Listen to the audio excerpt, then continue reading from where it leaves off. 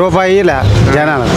అంటే ఈ గత ప్రభుత్వంలో ఏదైతే పథకాలు ఇచ్చి సోమరపోతులు చేశారు కానీ అభివృద్ధి చేయలేదు. వీళ్ళు వచ్చాక అభివృద్ధి బ్రహ్మాండంగా చేసిండు జగన్. పేదలకు బాగా ఇచ్చాడు డబ్బులు ఇచ్చాడు. ఇప్పుడు ఏమి ఇచ్చిండో అది బెల్లం అవి ఇచ్చామన్నాడు సంక్రాంతికి, అవి కూడా లేవు.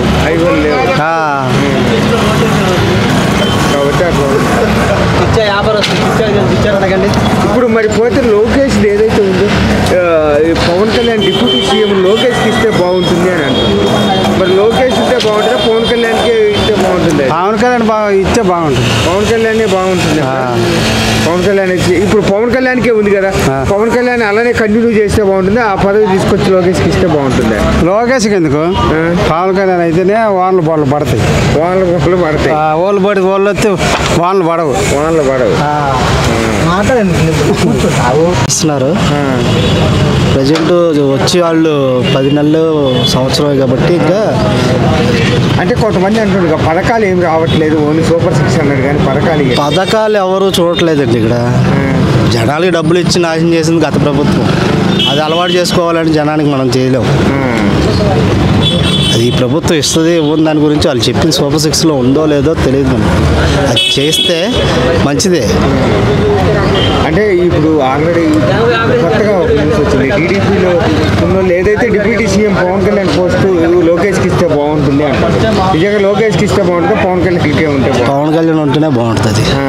ఎందుకంటే గత ప్రభుత్వం గురించి భయపెట్టిన విధానంలో కానీ పవన్ కళ్యాణ్ చూస్తే మెయిన్ టీడీపీ కూటమి అనేది గెలవగలిగింది. పవన్ కళ్యాణ్ అయితేనే సాధ్యం.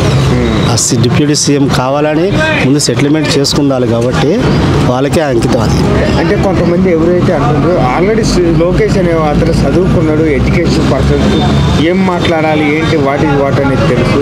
పవన్ కళ్యాణ్ చదువుకోలేదు కదా పెద్దగా, ఆయనకి ఏం తెలుసు అని చెప్పేసి సార్ చదువు గురించి కాదని పరిపాలన ప్రజల్ని ఎలాగ నడపాలి, డెవలప్మెంట్ ఎలా చేయాలనే ఆలోచన ఫస్ట్. ఇక్కడ స్టడీతో మెయిన్ కాదు, మెయిన్ వాళ్ళు చేసే పనులు వాళ్ళు చేస్తున్నారు, ఈయన చేయాల్సింది ఈయన చేస్తాడు. అది డిప్యూటీ సీఎం అంటే ఏంటంటే ఒక హోదా, ఆయనకి సీఎం అవ్వాల్సిన హోదా అది. ఇప్పుడు డిప్యూటీ సీఎం లోకేష్కి ఇవ్వాలనుకున్నా సీఎం హోదాలో పవన్ కళ్యాణ్ ఉంచోబెట్టాలి.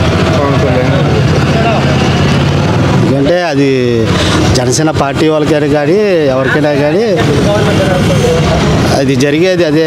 ముందు అంగీకారం ప్రకారం ఎన్డీఏ కూటమి ప్రకారం వాళ్ళు చేసుకున్న అంగీకారం అది. డిప్యూటీ సీఎంగా మేము పవన్ కళ్యాణ్కి ఇస్తేనే బాగుంటుందని అనుకుంటున్నాం.